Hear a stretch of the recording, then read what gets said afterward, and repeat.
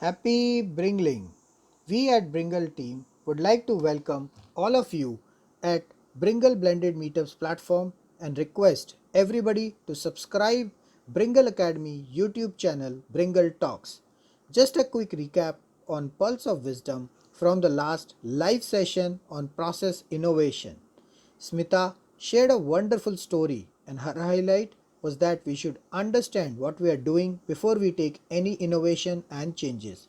She insisted on people focus while driving the process excellence. Dr. Hari have brought in international, national, and local scenario. He spoke about how we can gear up for the post COVID scenario, giving ample opportunities and innovations in various industries, and more specifically in the education industry. He also mentioned the importance of various platforms like Bringle Blended Learning. Anil Patel from UK shared the importance of process innovation even in the technology industry. Dr. Rakesh Gupta says product and process innovation goes hand in hand. He also mentioned that India is going to be the market with best quality products with low cost solutions. Ram Mohan had a wonderful view in process innovation, which is out of the box thinking. He spoke about innovation, vision, good ideas, and culture goes hand in hand. Keep following our YouTube channel Bringle Talks for our cross border 21 days business sustainability challenge and watch the next topic, lean modeling and waste elimination. Keep bringling, keep growing. Welcome to all once again on the day 10 of hashtag 21 days business sustainability challenge. Sustainability challenge. With this, I would like to say good morning, good afternoon, and good evening. Happy Bringling. We at Bringle team, along with Women Lines, Solworks, Purnam Foundation, would like to invite you again on this day 10th of 21 days business sustainability challenge, and would like to welcome all of those people who are there with us in this session and also watching it live at Bringle Talks YouTube channel. We got late today because we were there with NIT Patna supporting them due to the COVID scenario. They were doing some sessions on that. Sorry for that. Apologize for that same. But then with this, I would just like to do a quick recap in terms of what we did on Friday on the last week and how it kind of benefited it out for all of us. Shashank Pradhan from India mentioned about that definition of customer changes with the business scenarios. One must be truthful and be honest. Attain win-win scenario with the value delivered to the customer. Dr. Ruby Bakshi from Switzerland emphasis on the importance of emotional intelligence in achieving the customer delight. Create better engagement with fun-oriented activities like role plays, case studies, etc. is going to bring a more focus on creating a wow element for the customers. Himanshu from Singapore, he spoke about the model for customer delight has to cut across the cultures, business domains, and can be looked at the following common aspects. Deliver on expectations consistently. Be true, set expectations, capture the need. Second, have trust, and that can be developed only by having a quick responsiveness and delivering results. Involve customer in solutions with being more transparent, reset them and involve them. Deeply collaborate with three circles: compete, cooperate, and collaboration. Today's topic of our cross-border 21 days business sustainability challenge is process innovation. Now, what is process? With this, I would just like to share one important aspect. How process is very, very important in achieving a customer delight. Whatever we do it for the customers. Even if we are making a tea, we are making it for some customers of ours. It could be internal customers, it could be external customers. Somebody may like a ginger tea, somebody may not like a ginger tea. Somebody likes a lychee tea. Now, depending on how do you want to bring that delight, you have to have defined the right process for making up that tea. And that is why process designing, process innovation is very, very important. With this, I would only want to request Charu to introduce our today's speakers so that we can take it up and start our Pulse of Wisdom journey today. Thank you, Aisha. Very good afternoon, good morning, or good evening to the whole global community there. Li Qiang said, changes call for innovation, and innovation leads to progress. So let's gear up for an stimulating evening and learn from the experts in the panel. What is this innovation about? We have Dr. Hari Krishna Maram, Chairman at Vision Digital India. Dr. Hari Krishna Maram is the Digital Brand Ambassador and Chairman Vision Digital India. His work in the field of management and management education spans over 24 years. Dr. Maram served as the Governing Council member at AIMA, All India Management Association. He was also the Vice President at AIMS, which is Association of Indian Management Schools. Additionally, he was Honorary Secretary BMA, Bangalore Management Association, Treasurer Education Promotion Society for India, Executive Board Member at NIPM. Welcome, Dr. Harikrishna, to the show. We have Dr. Rakesh Gupta, Founder Director of ACE1 Consulting.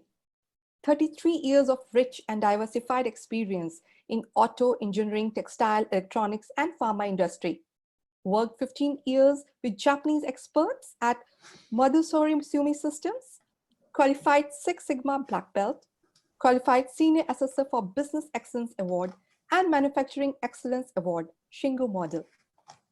Qualified Lead Auditor for TS ISO 9000 Systems with Design Responsibility and trained ZED consultant. Welcome, Dr. Rakesh Gupta, to the show. We have Smitha Venkatesh, Management Consultant, IMS, QMS, and EHS Auditor, Trainer, Senior Quality Management System Lead Auditor, Consultant and Trainer with 55 plus organizations for successfully designing and developing, implementing, training, and auditing the management system with compliance to quality management system, environmental management system, occupational health, and safety management systems, information security management system, responsible recycling R2 and international automotive task force for a wide range of organizations. Welcome, Smita, to the show. We have Ram Mohan Reddy, entrepreneur, TEDx speaker, and custom innovation help corporates and innovation-oriented organizations design and run structured innovative programs and idea accelerators. Through initiatives designed at short-term boot camps or long-term programs, he has improved innovation quotient in organizations. He advises corporates, startups, and growth companies on strategy, digital transformation, new growth, and business model innovation. Apart from India, he has done innovation programs in Switzerland, Singapore, Indonesia, and Kazakhstan. Welcome, Ram Mohan Reddy, to the show. I hand over to Aisha to take it further. Thank you, Charu. I think I would want to realign a bit questions. I think I would like to request Smita to talk about a little bit on business has been as usual over the ages, but the trending product services need a new approach. How to understand this particular need? Thank you, Anshu. So it's good morning, good afternoon, and good evening to one and all here. Um, Thank you, Bringle, Charu, Rajshri, Mani, and Anshu, and Sharmila, of course, a great inspiration. Yes, the first part of the question, you have something called business has been as usual since ages. This brings to mind a small story. Um, long time ago, as you said, ages, so it's a long time ago, in a kingdom which had been very harmonious and peaceful for a very long time.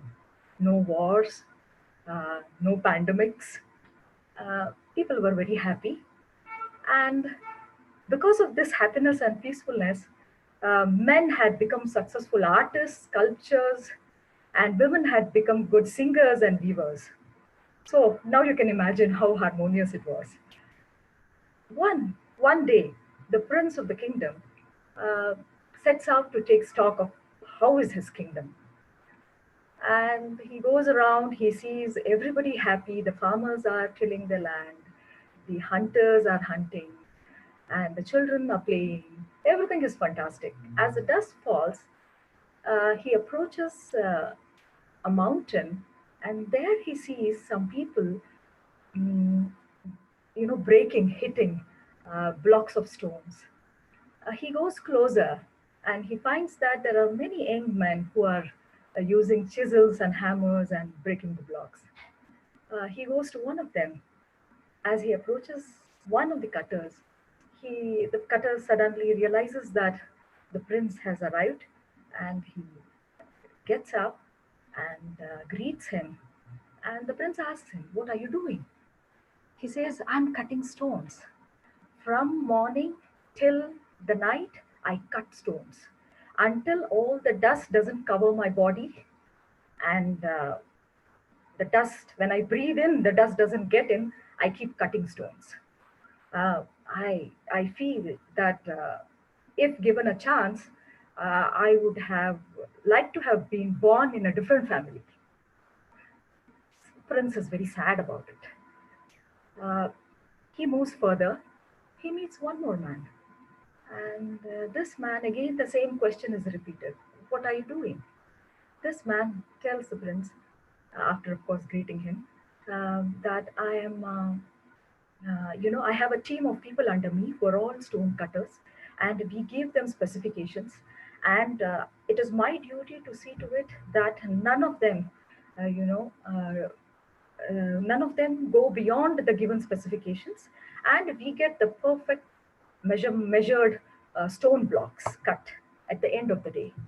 And he says that now I'll have to get on and have to have a look at inspect my team, how they are doing.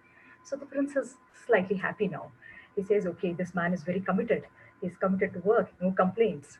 And then he moves on. He sees one old man sitting there and very immersed in cutting a stone. He doesn't disturb him, he just sits beside him. The old man takes notice, and the same question is asked: "What are you doing?" He says, "I'm a stone cutter, I'm a sculptor, and my father was a sculptor, and my grandfather was a sculptor. And you see my son there, he's also going to be a sculptor tomorrow. And what I am doing now is a cornerstone for the temple which the king wants to build. So this cornerstone is going to go there in front of the temple." And seeing him, the prince really feels at peace and feels that everything is very fantastic. I think this is all we want as business entrepreneurs, or somebody running whatever size of the company is. We all want this, this feeling that, okay, complaints are there, but end of the day, all is fine. But is it so? Because the scenario is totally changing now. The demands are totally changing. Trends, the types of products. The same sculptor, I think, if he opens shop, I think I don't know what is he going to end up with, right? Okay. So coming to the second part of the question, that these trending products and services of today, they need a new approach to understand the needs, right? Um, Okay, first comes the need generator. What is this need generator? Needs can be generated by anybody, right? It can be your balance sheets, it can be your customer, it can be your new aspirations, new competitions, it can be anything, right? But these needs should be understood before you take them up. Are you capable of really translating that into your own business? So I would say that understanding the need, that is a key word there. Understanding the need happens at two levels. One is the organizational level, and other one is the people level. And yes, as Anshu mentioned, it is what the needs now. How do we understand it, and how do we cater for it? Is the process innovation. Means something has been happening, and now I want to change that process because a new need has arisen. So, understanding this organizational level need and the people level need, because everything is people oriented, right? It is syncing both of them. and filling the gap between these two, organizational need and the people need, is the litmus test, I would say. And the P for the process innovation is the key there. The P stands for me as a management consultant and having worked with organizations. That P is very important. And I attribute that P for people. I would say I quote Abraham Lincoln here when he said, I replace the first word, government, with business, of the people, by the people, and for the people. And he goes further to say that if you take care of these three, of, by, and for the people, then you will persist on the face of earth till the end. Right? So, So, yes. Smita, I think that's a very interesting story which you have mentioned, and I would just like to kind of highlight it there that the way the person, the son who was doing that, he's actually managing it as a complete process. See, while people are always being a process actor into that entire process, which you are delivering the value to the customer. Yes. See, either it can be done by the people or it can be done by the technology. And whatever said and done, technology cannot overrule or replace human beings at any point in time. So Yes. I understand the people aspect of it, and I think with your story you have brought in a one more aspect of a process part of it. Yes. So what I would want to understand from this is that what business processes need constant changes and why, Yes. and if you can be little more specific on process importance on that, it would be really beneficial, because your story has brought in that point, but you can bring it more on the process side of it, and that how that can help businesses to grow. Yes. Um, yes, this people approach, the process approach. I took the P as an element because that is even the whatever is the technology is driven again by man, by people, and he has to say yes to it, right? Which is the right process. And here. Yes, I will. Before I take up the second question, I would just like to sign off on the first one. Bring it the first discussion to the logical conclusion, if you Sure. can permit me. Yes, here when I said that understanding the need happens in two levels, that is the organization level and the people level. Here it is the synergy what happens between the organization and the people, right? And the best synergy is answer to two questions. This question is for both the organization as well as for the people, right? It is the first question is to understand the identity of the organization and the person who is working there. That is who I am. That creates the identity. Already it is, and it is through experience, it is through the long time you would have spent on the business platform.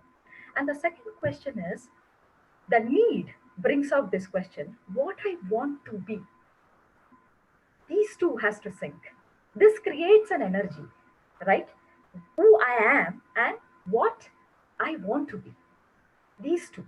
And when we bring it to the your second question, that is said that okay, there are many processes where you have to sync it, and one of the best examples here, when we say about a syncing of processes happening, I would say the best example is the example of Toyota. That is the complete organizational effectiveness which they brought out during a crisis, that is the oil crisis of 70s and 80s. They brought out the concept of lean manufacturing model. So, which we cannot, I don't think we want to get rid of it. Nobody wants to get rid of it. It's such a wonderful process which they have given us. So here comes, here they understood the customer value also, and understood the technology also, and understood the sustainability factor. Japan is constraint of resources. So that is the lean method they came up with. Now coming to this question as to, and here in this lean process, for others who may not know about the lean process, they gave importance to the functions in the organization which were secondary in importance. The dominant were the finance and the marketing. And with this lean model, cost, product development, delivery, quality also gained equal importance. That means I would say it was total engagement of the complete organizational processes. So, the answer to your second question is one of the process areas, the business process areas, which needs constant change and constant, you have to be alert on this particular process is engagement and dialogue. You should have a constant engagement with two, that is external agency, that is your customer, and the internal. This is very important. You cannot act as a cocoon here. I run the business, I own the business, and I have invested in this business. No, it doesn't happen like this. You will not sustain. So if you want to sustain, one of I according to me, it is engagement. You have to be engaged with them because in this past, one example I'll give you, which the world has come across, is gamification. This is one of which they have identified, and equally both the customers and the internal customers, that is the Divaspati Bhatt's kings and queens, both are engaged in gamification. Thank you. Right. So I think, Smita, you have brought up a very important point out here. One, from the process angle, that how you can manage multiple streams of work by having a right set of processes, defining the standardization, doing the standardization, and then monitoring and controlling of those aspects. So that kinds of defines the right customer quality. The product quality which has to be given to the customer, and it can generate value for them. The another aspect which I could identify or figure out from your discussion is that there is also a process which has to be aligned to the customer needs and on that. So that is what we typically call that as customer life cycle, end-to-end customer life cycle with various touch points. And those touch points will always have an internal and external customers handoffs, because internal customers will ultimately deliver it to the external customers. And those touch points, if we are defined properly as a process, and if we work on that, I think a lot of re-engineering is required at that level. So I think I understood your point, Smita. That was really great. Thanks for your time and on this. With this, I would like to go to Dr. Hari Krishna Maram. And Dr. Hari, I have one specific question to you. Now, this question I'm adding up from changing it from the process innovation perspective. What do you think that process innovation can add value to the entire organization? Yeah. So good evening, dear friends, and wonderful to connect everyone here. And thanks to Anshu and the team bringing me here the first time to talk about the process innovation and value creation.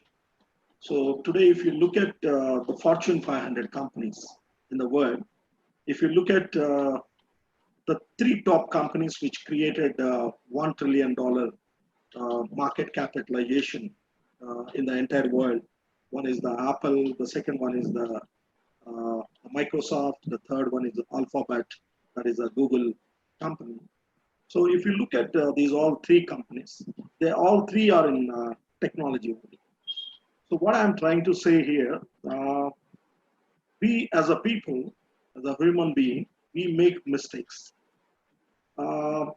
sometimes. But at the end of the day, the process, the entire structure is made by us. But to follow the proper process, I think we need to depend on the systems, because systems will not go wrong. So process developed by human and run by systems will always help organization to excel.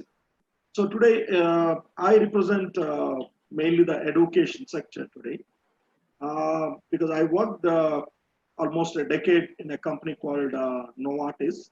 It is one of the largest pharmaceutical corporation in the world, the fourth largest pharmaceutical company. So when you talk about actually process, in pharmaceutical industry, the process is a little different than the process what we are talking now here. In pharmaceutical industry, India is known as a leader in pharmaceutical industry. The reason is because they develop a different process than the original product, which is invented by some other companies in the world. So today, that is the reason the hydroxychloroquine, which is used for malaria, which is developed at India, is exported to across the world. At this is the most economical price, so any country can give.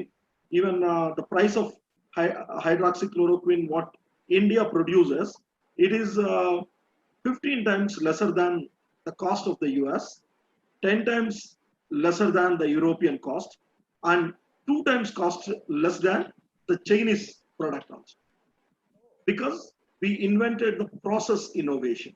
The process itself, how they manufacture this product, is in a different innovative method than the original product to bring down the cost and give to larger number of people. That's how today Indian pharmaceutical uh, products are so popular in the world.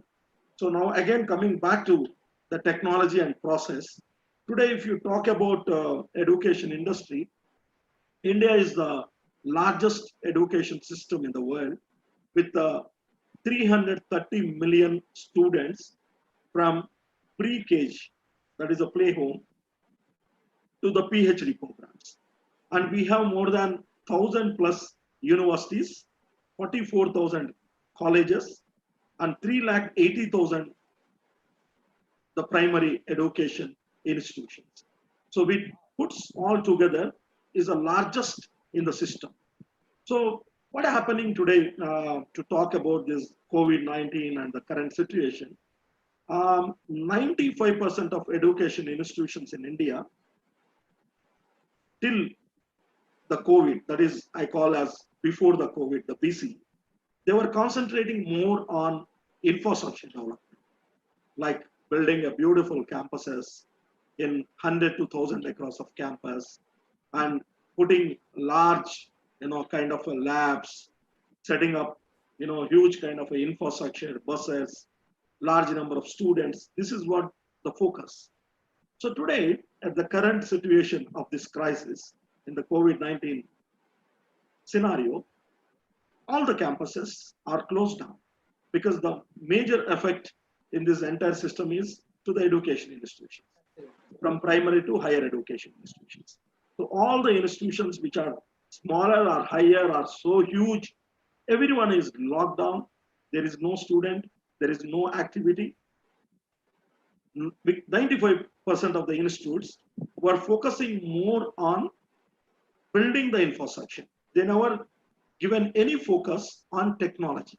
They never invested any money on developing their faculty to give online sessions, webinars, create a content through online, or delivering online, creating a platform to give online.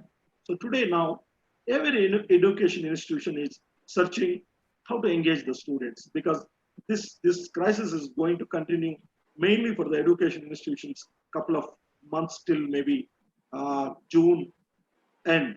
So now this is actually a scenario where it's a crucial time to education institutions because this is a examination time, this is admission time, this is the assessment time, the placement scenario, everything got affected.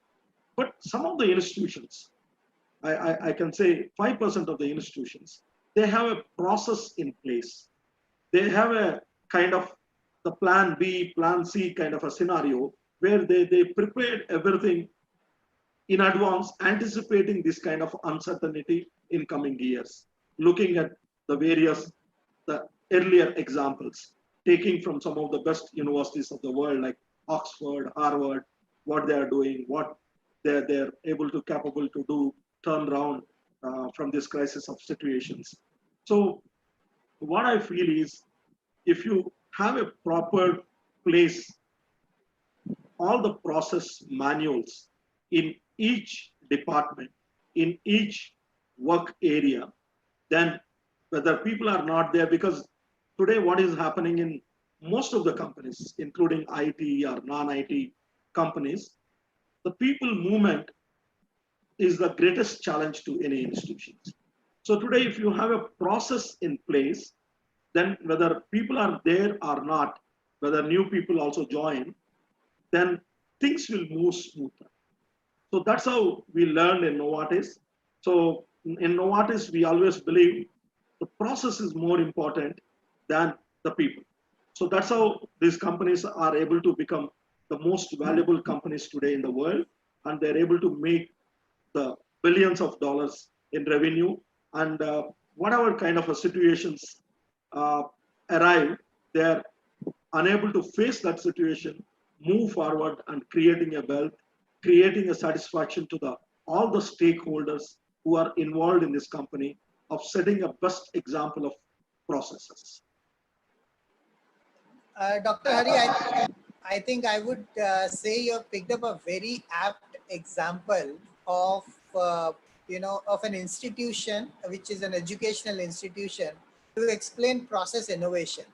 And I am in totally in sync with you that frankly the most the one organization and which is most critical organization which is struggling today is education industry. And all the schools, colleges, preschools, even the training centers who have been just talking about physical or local learning, they were not understanding the value of technology, value of gamification, which Smita mentioned, how it can be enabled into the technology, using the technology, how we can bring up the blended learning models and things like that. So when I was doing my research on blended learning, in 2017, this is where, one of the important aspect is that how do you make sure that how do you use the technology platforms to make sure that your learning is more impactful, your teacher dependence is reduced, while your quality of teachers are also have to be improvised accordingly. Now in India, the biggest challenge today is, I mean, of course this is a little diversion, but I'm just trying to put up this point right now because I've been working with multiple universities. We just had a session with them. uh, the biggest challenge is that they're still not ready, they don't still understand technology, the basics of how to use a simple items, even follow through the directions which is available in front of your screen, that is also sometimes is not known to them. And when we were developing bringleacademy.com, we were talking about virtual labs and all that, and it is all integrated within our platform. So you can actually have, we have done this work for schools wherein we can have geography, mathematics, English, all those kind of virtual labs available on our platform. Without having that, we have worked with engineering colleges, we have worked with medical colleges to give them virtual labs and reduce their dependency on that thing. But I think still that understanding of that virtual technology or blended learning technology, bringing that gamification is little lesser into the educational institutions. And now organizations, especially educational institutions, they are now suddenly realizing how the importance of process is there, because they're totally dependent on their teachers. What they think is if teachers are the best, everything will work best. But if that is the scenario, then every institute would have been good because teachers are of absolutely of highly good quality, but they're still struggling. So I think what you mentioned is a very, very important point. With this, I just want to have one more question to you. Uh, does process innovation tend to have a upper limit, which means that we cannot move beyond that? So in Six Sigma terms, we always talk about Six Sigma and different Sigma levels. Does it really happen in that scenario? And how do we kind of explain that phenomena?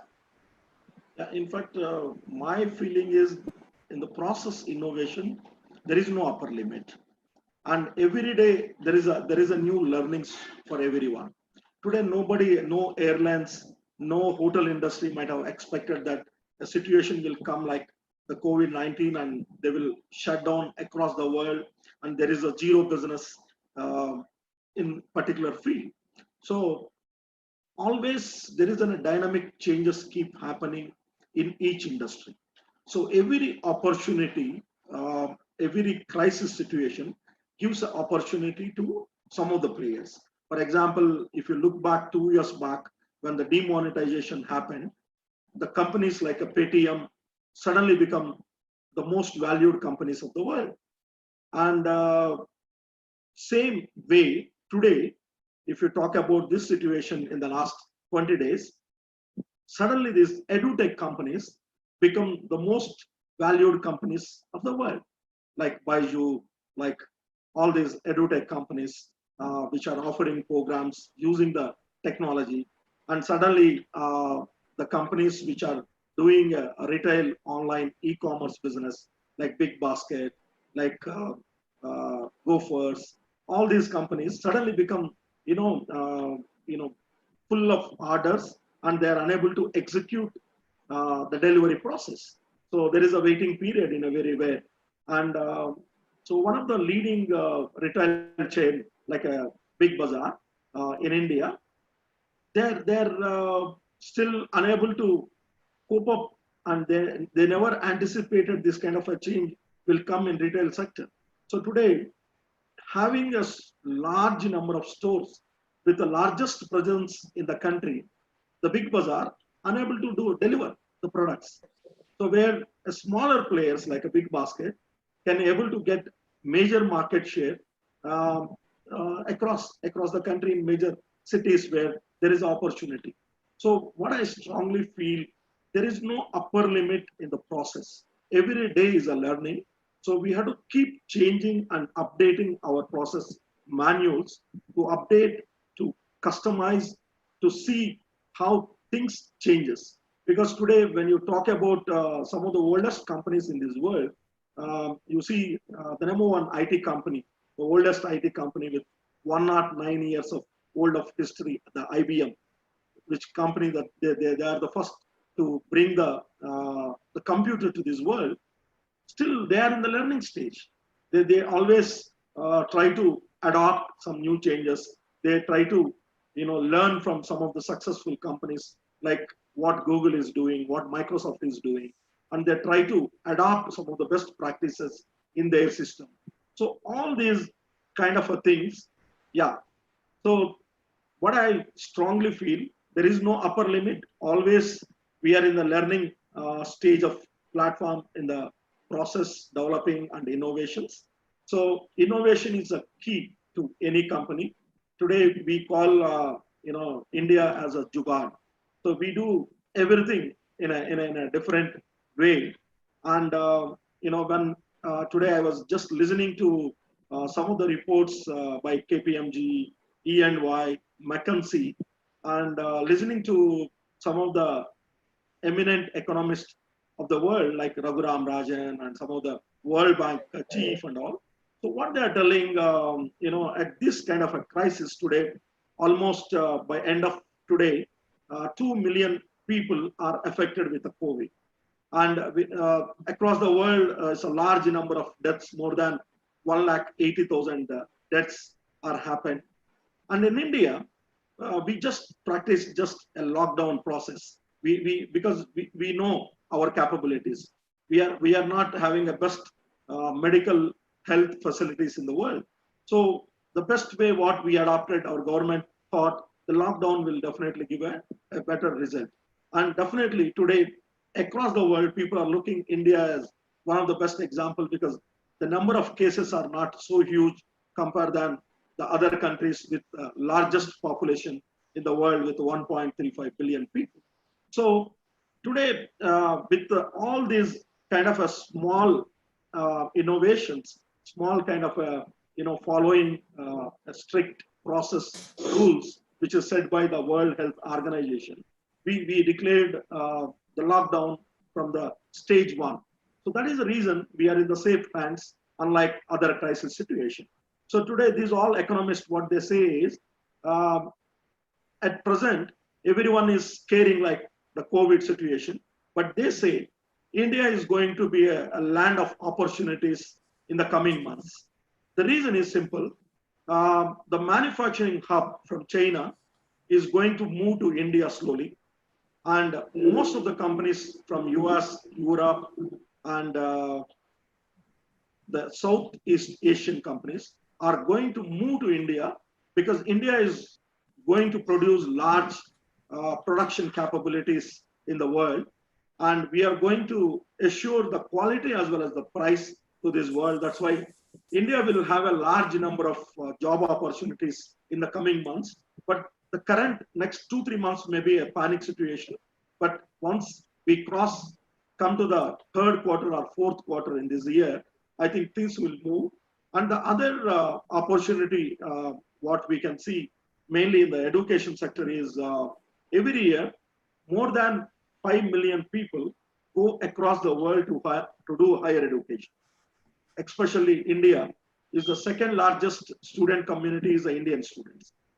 Even in Europe, we have a large number of Indian students going there in Australia, Germany. So the number is closely the 5 million students go to higher education to different countries. Now, all these out of these 5 million students, 80% of the students this year, they are not going to enroll in these universities. So these all students are going to look at the higher education institutions in India. So now we have to develop a process where how to get these students into good institutions. So that is a new challenge, a new innovation we have to do. Because till now, no education institute got this kind of a planning how to attract the international students coming to Indian institutes. Now you can have a collaboration with Harvard, you can have a collaboration with Oxford, Stanford, MIT. It is easy. Now they are also looking at revenues. They are also looking large numbers. They definitely know that they will not get a large numbers this year. So they are open for a collaboration, joining with Indian university. So if 4-year engineering program, so in India they can do 2-year program and they can move after 2 years where the entire crisis situation will be normalized and everything gets settled. Then student can move into these institutions next year. So the opportunity will not be lost. So these kind of innovations are required in every field what we do, whatever the field we do. So today, India is known for this kind of innovations at cost-effective mode, but because that is also required. Because as C.K. Prahlad, one of the leading professor of the management world, more than 20 years back told the bottom of pyramid. So India is mainly surviving on the bottom of pyramid because 80% of our population are the middle class people. So if we can able to create a products to these middle class people, then it will be a successful product. There are thousands of examples in India where these products become most popular because the price is lower and able to give a best quality. All the Tata products are known for that. So these kind of innovations in process in developing the product will definitely create a value, and we have to make things open. There is no upper limit in this. We have to always open for new ideas, open for new innovations. Thereby we can grow, we can sustain in any kind of crisis, any kind of situation. So I think Dr. Hari, you have very nicely explained a simple concept which has been going in for ages called continuous improvement. And the way you have kind of brought it up very specifically into the education sector section. Not only that, in fact, you also targeted the retail market. You also targeted about the manufacturing sector, how the things are going to change.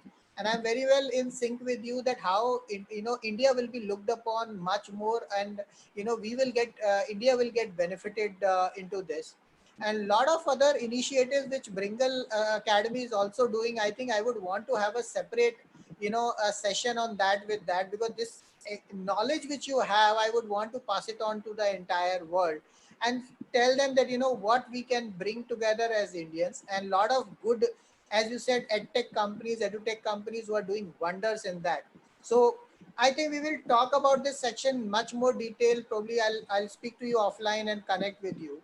Uh, and I would like you to be there for some time more. Uh, and my next question is for Dr. Rakesh Gupta. Mani, would you want to, ask this question to him? Yeah, definitely, Ansha. I'm just following up on the updates or the inputs given by Dr. Hari. I was just thinking like how beautifully the process innovation has been explained, taking the situation of COVID and making again the kind of solutions India has brought to the world, and everyone looking back to India. That absolutely makes a great sense, and I was just mesmerized with that. So I was just a bit late to react to your question. No, no Thank you for worries, that, Dr. Mani. Hari. I would only want to just, ask Anil if he can unmute himself. He's also joined from UK. uh, and he has been a very strong promoter of the edutech world. And Anil, if you have some questions for Dr. Hari at this point in time before we move on to the next speaker. Yeah, hi everyone. Everyone, am I audible? Yes, yes, sir. Okay, excellent. Yes, nice to meet you. Everyone on board. I've not met everyone, some people I have. Hello. So just resonating from what Dr. Hari has said, I work in the IT field and we have lots of processes. Pharmaceutical industry does, manufacturing industry, they all have their own processes. I'll speak on the IT industry and processes. So one word that was mentioned earlier, CI, continuous integration or continuous improvement. In the IT world, we do it a lot. We call it a pipeline.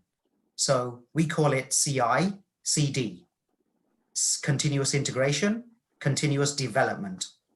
Now, what that means is, let's say I've got an idea. I need to bring it to the market. There's a pipeline. Imagine a pipe from here to here. How do you get from here to here? In IT world, it's continuous integration, continuous deployment. That means I have to continuously monitor the process, continuously improve it, continuously deploy it. So machines come into place here. So less and less manual human intervention, and you have machine learning algorithms that go on to go from A to B. So in my work, my line of work, I continuously integrate and I continuously deploy. A simple example is when you're doing an update on an app and before you know it, the app is fixed. How is it fixed? Because it's continuously integrated, it's continuously deployed, and it's fully automated. And that process of process innovation is the execution of a delivery method. So how do you deliver that method continuously and in an improved way? So this topic about process innovation, without realizing, we do it all the time. Like when we go from A to B, we drive, when we go shopping, we don't think about it, but there's a process involved. One, I need my car keys. Without car keys, you're not going to go anywhere. One, I need fuel in the car. But you don't think about these things. You get in the car and you go. And you always have your wallet or you always have your phone. So it's always there.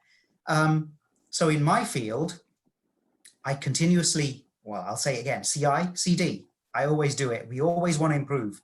And that's the way the customer reacts when they want something, they have a need, and I, as an architect, have to satisfy that need. And what that means is I have to put the two together and see how we can work together. We went back to the other topic of customer satisfaction, customer life cycle. You are my customer. What is it you want? I can offer you this. The cost is this, and it can be delivered in 2 weeks. So that continuous contact, continuous improvement, continuous process, and continuous delivery is key to this whole process. So if that makes sense to everyone, I think it resonates in all industries, the car industry. Smita mentioned Toyota, just in time. They revolutionized the manufacturing industry. Why have 20 pieces of equipment there when the manufacturer can deliver it just in time when they deliver a car? I need 4 sets of wheels. It's delivered just in time. I need a sunroof. It's delivered just in time. So it's there. And as I said, without realizing, we're doing it all the time. But now we're talking about it. It makes a lot of sense. Like Dr. Hari said, he's put so many things into perspective. We understand it a lot more. So Thanks, Anil. I think Anil, what you have brought up a very important point, and I think it is a very great discussion, because IT industry has always been considered to be a man versus machine industry. We always say that you bring technology, remove out people, you don't need processes, and this is very commonly being heard. But then if that is the scenario, and Smita, to your question, if that is the case, then Google and Microsoft would not have thousands of people working for them, onto that at the back end. So the whole idea is not to remove processes and people, but to actually build them. And processes can be only built by people.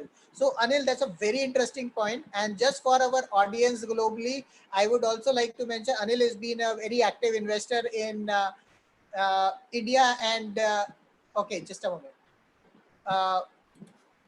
Yeah, thanks. Simran, Thanks. uh, Just picking on that point about people and machines. Let me give you some history. When Yahoo was Yahoo back in the 80s, did you know they employed Google to do their machine learning? And we're talking 1980, oh, maybe even earlier. Now Google are the biggest company in the world. And you're right in employing thousands of people, but they don't employ thousands of people to do the mundane tasks. They have machine learning in the background. For absolutely. example, if I want to teach a machine to look at all the cats in the world, the machine is a dumb machine if it doesn't know what a cat looks like. So I have to show the machine a picture of a cat, and not just one cat, 10,000 cats. But what if I throw in a mouse? What's the machine going to do? It's going to say, I don't know the answer, you're not a cat. But what it will do, it will learn that this is not a cat, it's a mouse. So it will return the wrong answer. So to answer your question, machine learning is up and coming now. It's not to replace people doing generic jobs, but it's to help make people do their jobs better, less error for correction, less human error, and it's just fully automated from end to end. And like I said, you go to Google and you search for umbrellas, right? So you type in umbrellas and it knows what you've searched for 2 weeks ago. You might have searched for shoes 2 weeks ago, and then a pair of shoes pop up. How does it know that? Machine learning. It's recognized what you've learned before, what you've searched, what you've bought, and it pops up with a reminder. You searched for shoes the other day. Here's a pair of shoes for you. If you think about that, ML is there all the time. Behind the scenes, it's always there. In your emails, in your Zoom calls here, what we're recording, there's always machine learning in the background. So I just wanted to add that in. Thanks. Thanks, Anil. And I think I would also want to, just introduce Anil to all of the audience here as well. Anil is an active investor in a lot of Indian and UK startups. We are fortunate to have him also on board as our investor in Bringle. And he's now working with UK investors to bring those VCs in for our live pitching week. So any businesses, startups who are there, please keep your, business decks uploaded on our platform. And Anil and a lot of people, a lot of investors like him are supporting us to get this thing done. I think with this, I just would like to give a small example in a minute. I think for the benefit of Anil, I think Anil might have heard about the Mumbai Dabbawalas. So the Mumbai Dabbawalas, they deliver closely 1.1 million boxes, lunch boxes in Mumbai city, with spread around 55 to 60 kilometer radius. And the accuracy rate of the Mumbai Dabbawalas is 99.91%. So in the last 10 years, whoever getting this lunch box through Mumbai Dabbawalas, they never complained that they got a different box from the different house. So that is the accuracy rate and their education. If you look at the qualification level, so the average education of this Mumbai Dabbawalas is only 7th standard. Only 7th standard. They just follow a simple method called color coding method, and they deliver these boxes, 1.1 million boxes. Wow. And they are considered to be the most uneducated Six Sigma process. So we have all the educations in the world, but they are the most uneducated Six Sigma process. And I think perfect example. And this is really, it's a very strong messaging or a very important point in this week, which we are going to discuss for the entire week. It's setting up a very good ground. I would want to request now Mani to complete his questions with Dr. Rakesh and Ramon Reddy, so that we can go ahead with that. We'll come back for this discussion again. This is a very interesting discussion. Thank you so much. Mani, thank you, over Anshu. to you. Yeah, thank you. Rakesh, my question to you is, like, looking at your automobile sector and various things that you've done with a lot of industries, I'm always looking at invention and innovation. So how does invention and innovation are there? And the question to you is does product invention give birth to process innovation? Is it right thinking? Please share your views. Yeah, Yeah. yeah. So good morning, good afternoon, good evening to everybody. This is my first time I'm coming on this Bringle platform, and uh, uh, it's a good experience for me. Thanks for Anshaf and his team for inviting me. Now, you see, as you asked the question about product invention and process innovation, uh, see, I am a hardcore manufacturing expert, and mm, I would like to share my experience. 35 years of my experience as a manufacturing expert. Having exposure in wide variety of manufacturing processes, especially automobile industry, which is at the forefront of you know innovation, product and process both.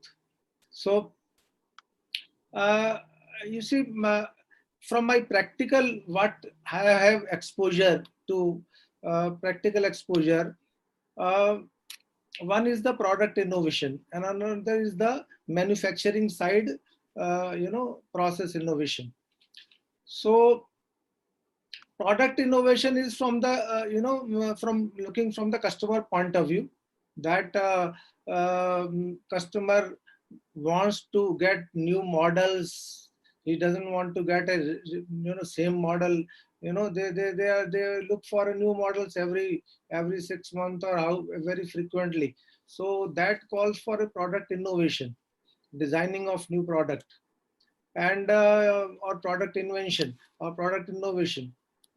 From business point of view, process innovation is from, I'm speaking especially from manufacturing process. There are other business processes as well, but what I'm talking about is the manufacturing process. So uh, uh, you see, making a product, whether it's a existing product itself, this calls for a uh, process innovation as well. What I mean to say is that you can make a same product by following a different manufacturing processes. So that is where it comes to the cost competitiveness. So the as that I think Hari mentioned cost competitiveness. So I think he mentioned that Indian this industry, pharma industry, hydro chloroquine is 2 times less costly than Chinese product. So this calls for because product is same, but what we are designing our process, manufacturing process in such a way that it brings the cost competitiveness. So actually it is important, both the things are important to stay in the business. We need cost in a product innovation as well as the process innovation, both. So process innovation will bring us to the cost competitiveness. Of course, some part of the cost is inherent in the design of the product itself, but uh, manufacturing process itself, plays a big role. And I have my experience where, I work with companies, I give an example of a company which is making a piston. So they export to the China piston, and their slogan is Indian quality at Chinese price. Okay. So that call, so that summarizes that manufacturing uh, process itself has a huge opportunity for making out the innovations. How to make the process simplify, how to make the process more productive. With the less resources, we are making more output from the process. How to make it more cost effective, quality wise, productivity wise. So this to me, I look at from the both from the business point of view, that product innovation and process innovation both are important. Thank you. That was really wonderful. I think you brought a very important point here, like one about cost effectiveness and also about the design. So Yeah. when you are clear on the design, either on the process side or the product side, or doing the product itself in a different way, is also a part of the design. Yeah. This Yes. connects me to the concept of empathy that is being talked very much these days, and it adds a lot of value to a human sense. Like what of the product it has to be for the purpose of humans. So that's the more the empathy sense. So in this perspective, I would like to ask you one more question. My second question is like how to understand the a process in terms of delivering value. Okay. Uh, you see, delivering value from the business point of view, from the customer point of view. So, see, my I have my most exposure in terms of from automobile industry, which is customer oriented. So it says that customer is God.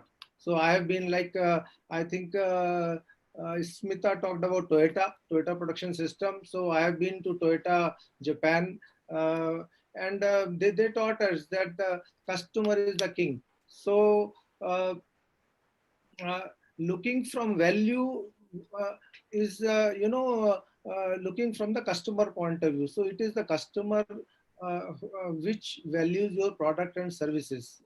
So that is important to understand by everybody, not only the management, everybody down the line up to the operator level. I'm talking because I'm a very hardcore manufacturing professional, and up to the shop floor. Whole exposure is I work with the companies in the manufacturing industry up to shop floor. My work area is shop floor.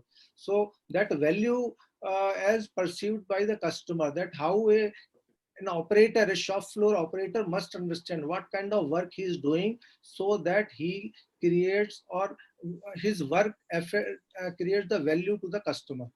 So that is very important to understand through all the levels or hierarchy of the organization. Great. Thank you.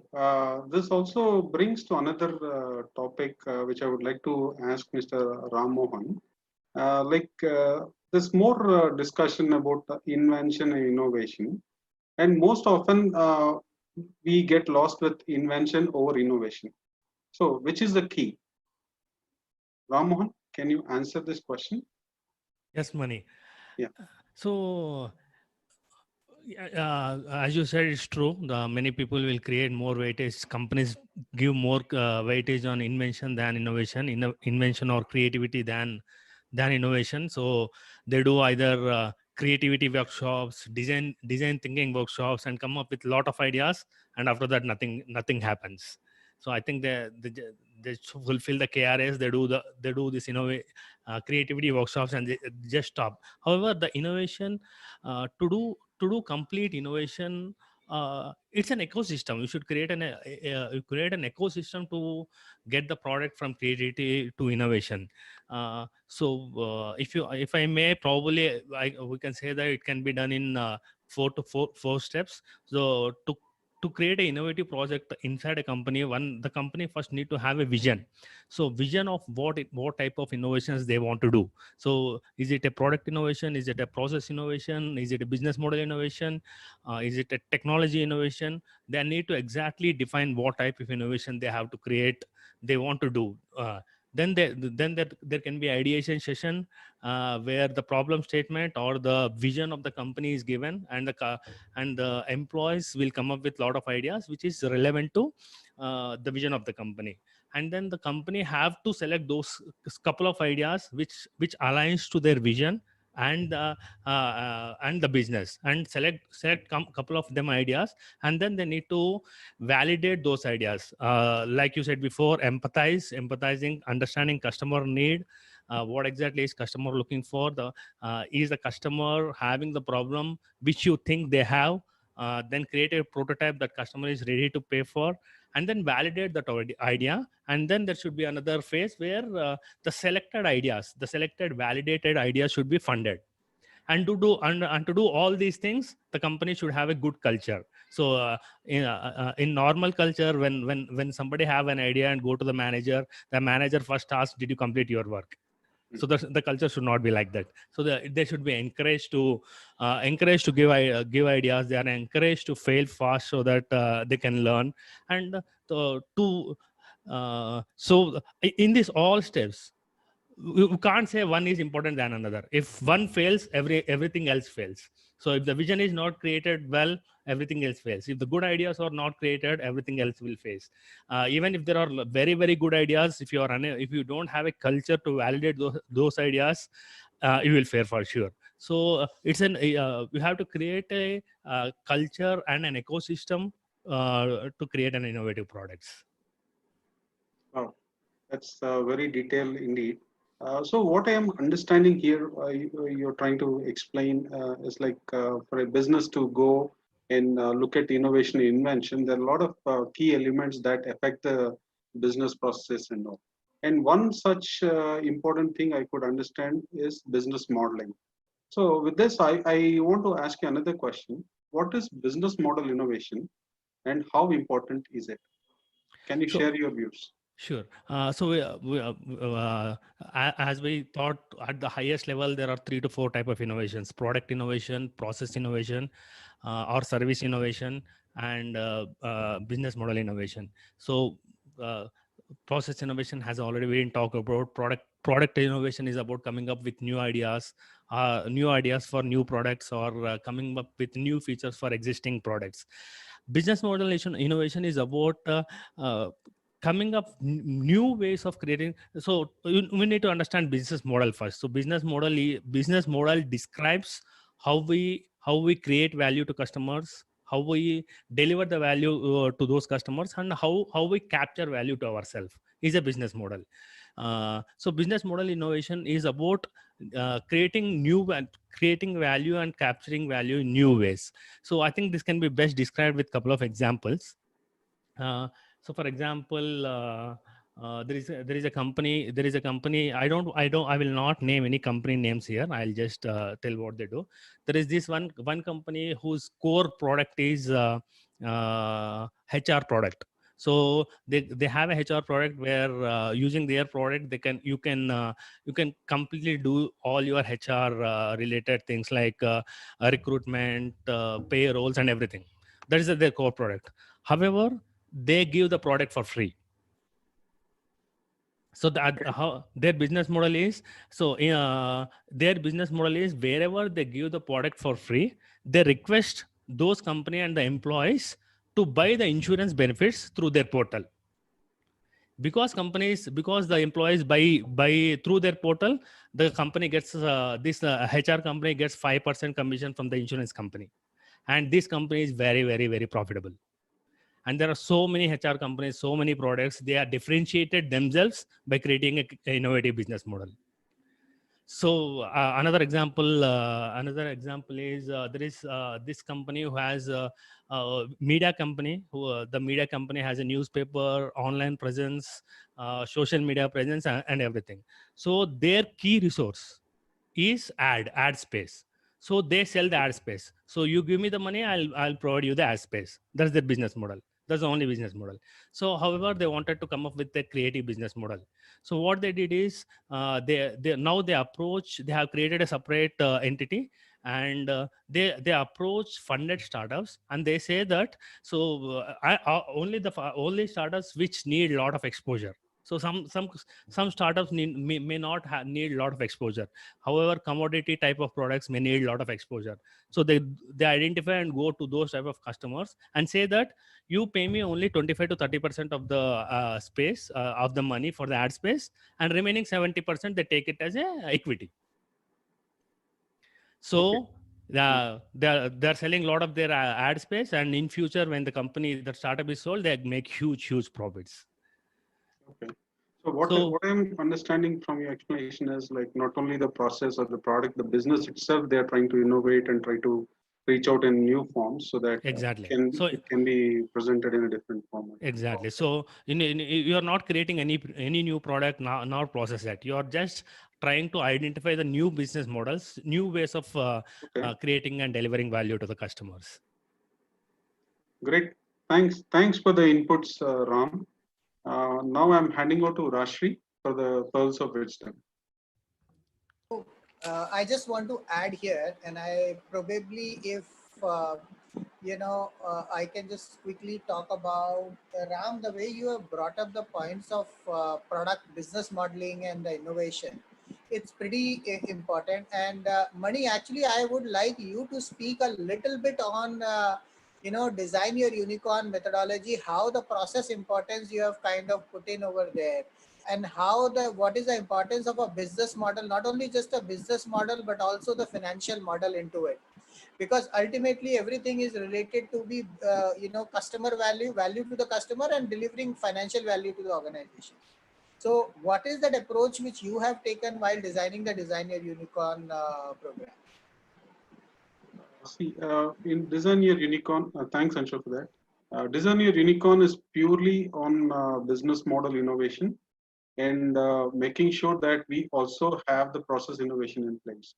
See, what's happening nowadays for startups is typically we are creating an idea and we're trying to look to immediately raise some fund or try to ensure we get a feedback from the market on the idea. We're not looking at the longevity of the idea and how big the value can be. We are not looking at the scalability or sustainability of the idea. So those things can only be brought into picture when you understand the process of making it and innovating on the process, as well as bringing up new models. One example could be like farm to fork. So farm to fork is a very innovative process where you could actually implement everything from the farm, collected in various mechanisms, and then it is delivered to the table.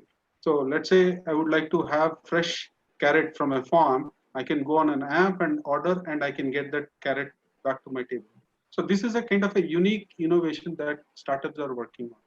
So that's exactly is the kind of flow we have brought into Design Your Unicorn, wherein at various stages, to summarize, there are 5 stages, wherein we first try to help the idea itself, where we try to say what is the innovation, what is the kind of levels the idea can take.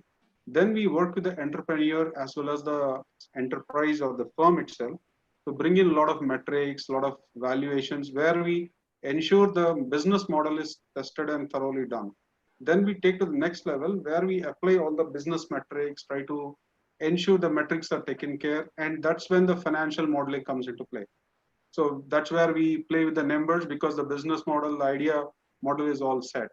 Now, once all these things are in place, the next level is more of reaching out to the customers and delivering the same kind of experience. So it's more of engagement and more of outreach and all this kind of digitization, all these kind of things will come. It's more of technology that plays a major role in the fourth level. And fifth level is purely again taking to the cross borders or multiple geographies, scaling it. So this needs a different kind of leadership. So we are actually looking at bringing that kind of also emotional intelligence, all these kind of innovations that we discussed today, also to the part of leadership and making the team deliver to the expectations on the global stage. So this is exactly what we are doing in Design Your Unicorn, but we are cutting across all the kinds of innovations that are available at various levels as per the requirement for the startup to ensure they could deliver, they could stand and deliver at that level. Thank you. So, thanks, Mani. I think before Rajshri, I'll hand it over to you. I would like to quickly share one screen for everybody to upload their business decks and the pitch decks as our Design Your Unicorn initiative to help you make achieve your $1 billion dream. And if you can upload your pitch decks at bringleacademy.com/course/business sustainability, we would be having a 1 week live pitching event with our cross-border set of investors. We are reaching out to multiple investors. Like Anil is reaching out to various UK-based investors and Europe-based investors. We have other tie-ups in different countries right now. 10 plus countries where we are having these tie-ups. So from there, we are bringing in investors for again the cross-border startups. So anybody who has a business idea at different 5 stages, which Mani has explained, please go and upload your pitch decks. Don't bother about which stage you are in. We have investor for every type of businesses. So we would, wish you all of you all the best. And with this, Rajshri, if you can just share about the pulse of wisdom which you've captured for. Thank you very much, Ansha. Mani is smiling. Mani is expert in pearls of wisdom, so I should not be compared with him. I'm going to tell him to rewrite the entire thing. But he's a process expert. Ansha is a process expert. They have been a business process expert, so they are fully involved in this discussion. So some of the pearls of wisdom which I have collected. Smita, you started with a beautiful story. I think there's nothing engaging than starting a story and creating that metaphor and make people understand. That is what the beauty of this country. Like what Dr. Hari said, that we are simple and we do small things and better, output. So I think that's what you did. Your key point, which I, took down, that any approach, whatever approach you take, it needs to be understood. It's very, very important that it needs to be, without understanding, if you are going to just take that approach, is not going to work. So it is, and you talked about two levels, organization and people, and you talked a lot on people, that how people bring value because all the processes are defined by them. So you highlighted a very unique point about process linked to people, and you close the loop, and a lot of other things.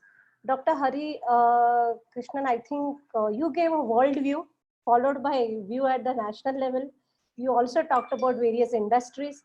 You talked about how the COVID has going to change the entire, the outlook, industry expectations, and this is what you highlighted, that anything that is happening is changing the entire.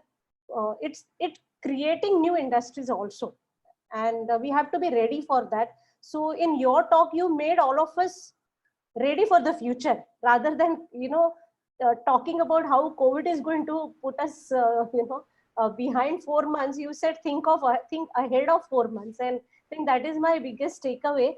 And a very beautiful quote. That was the Yeah. beauty of his explanation with numbers. Yes. I think made it more worthwhile. He spoke so a lot. I have captured a few. And you said that process is developed by people and is processed by systems. So you captured the process, people, process, and system, how it integrates and how it works. Just to add, Rashri, sorry. The Yeah, best of part course. I liked in Hari's explanation is like social distancing as the Yes. best example of process innovation. I Yeah. love that entire concept. Like the social distancing has been thought. If you go back, there's a lot of theory behind it, like the nudge theory. Everyone is following and all. Yes. But in a gist of it, the way he brought it out, like social distancing, taking the best example of process innovation and the limitations it can touch, influencing in a magnanimous way. I totally love the concept. Thank you for that. Yeah, and various examples you gave about big bazaar versus big basket, how education industry is going to change and it will be gearing up for some new, scenarios. I think these were takeaways for the all businessmen who are sitting here, that amount of opportunities that are being, coming up on our platter, and how our process change and our thought process in terms of business change will help us align with those changes. I think that is what is something you brought about. In between, Anil talked about how the IT industry works, and I could relate because I come from the IT. I am a HR person, but major part of my work has been in IT. And I think Anil is a solution architect, I think, because I have worked with solution architects, and they are the one they are the biggest bridge between understanding the customer expectation and aligning with the actual delivery what we do. And in between, there are so many steps. So you feel that why things are not moving, but the solution architect is the one who really designs the entire thing, and the solution architect are the one in IT industry who keep innovating, keep creating, keep working on the best solution, and that is when we get the business and we are able to deliver. I think you're on dot that this is not one time. the kind of work process innovation you said, it's a part and parcel of this entire work profile that is there. It's fantastic. Dr. Rakesh Gupta, you took us to the very humble way how the industry has come up, maintained its strong pillars of following certain mechanisms, and which have been time tested. So product innovation, process innovation goes hand in hand. And you said that Indian quality at Chinese price, which is very strong statement, that with our efforts we give the quality, but we, if with the process improvement, with the product, you spoke very clearly about product innovation and process innovation going hand in hand, and that you linked with the quality, and how the quality need not be expensive, it can be simple, cost effective, and qualitative. That were the highlight of your discussion. Ram Mohan, you spoke about customer value, services, and your important flow was innovation vision. You can't just do innovation requires vision, and revision requires good ideas, and good ideas once deployed, you need good culture. So it's interwoven and entwined. If it is not interwoven, entwined, then it will be individual silos within which organization will work. And you example you gave with the ecosystem that company has to build. Also, I liked another major aspect which you brought is that business model. Your business model, your innovation, and your revenue model can integrate. They can be three different ways, but can integrate. So your business service is different, but your revenue model is something different, but still it is integrated. So you are example of this HR company, that they're giving HR services, but the major revenue is coming from some other source, which is completely out of the box thought process. Fantastic. I think I just loved everything. I can keep listening, and quite engaging. Yeah, I'm handing over to Mani and Anshau. So Rajshri, who says that we have only one person who can capture the best of the pulse of the business? Very true. Awesome capture, Rashri. So Amazing. Great pulse. And the way you have explained it, tightened it with the personality, the discussion, it's beautiful. And that gives me basically a comfort as well, that whatever happens, this 21 days sustainability challenge will run. We have a lot of good experts. Yeah. We have a lot of good people. I mean, Charu is doing a wonderful work in Singapore and everywhere across the globe. Yeah. Mani is doing great work in the startup and ecosystem. And Rajshri, you have always been there, working out with all the speakers and managing them. So thank you. With this, I would want to thank, first of all, my entire core team, who has been working so hard, day in, day out to manage such a session. It's not easy to gather 100 plus speakers in just 21 days and bringing them, and everybody has their own respect, and we should respect them for their time and energy and the experience which they have been bringing in. Considering that in such a short period of time, the kind of commendable work which you guys have put in, I think it's really, really commendable. Thank you so much to all of you. Rajshri, who is running a gender neutrality organization called Purnam Foundation. Mani, who is running an organization, Soulworks, for startup, being a mentor for almost dozens of startup now. And he is the one who has designed the Design Your Unicorn program for Bringle, and he's a strategic partner on that. Rajshri, of course, works as a B2B transformation expert and a strategic partner for us, and works with a lot of businesses and educational institutions. So Dr. Hari, you should, we should have another connect with discussion with Rajshri and you, and we can talk a lot about educational institutions. Now the 21 days is going to get extended. Yeah. So we will have a separate discussion on that. We have to change the name after tomorrow, after yes. 10 a.m. The Prime Minister's speech. Sure. Yeah. And I think I would also want to specifically thank Charu, because Charu has been running her organization womenlines.com, which is actually the topmost magazine, top 40 magazine, online magazine, Yeah, in the list. across in the In the list of In top the- 40 women's online magazine to be followed in 2020. to be followed in 2020. 2020, yeah. And specifically, she has got a lot of wider audience in various parts of the globe, because of which we are able to bring in a lot of many good speakers from international areas as well, and get them all to see what India is doing, what good people we have in India, and they are also able to appreciate the good work which is being done. As Dr. Hari very well mentioned, anyways, everybody is going to look towards India now. Correct. So I think it's a wonderful job, and I would also want to thank Radio Mirchi, Radio Masti, Yes, Radio 24/7 Singapore, who has been publishing, airing us live every day with the pulse of wisdom being recorded from every day's show onto their channel, which is the only Hindi-speaking radio channel in Southeast Asia. They're currently having 1.4 million listeners at this point in time, and they're growing very rapidly. So I would want to specifically thank to them, as well as Renuka, who has kind of came forward and said will be supporting in this entire 21 days business sustainability challenge.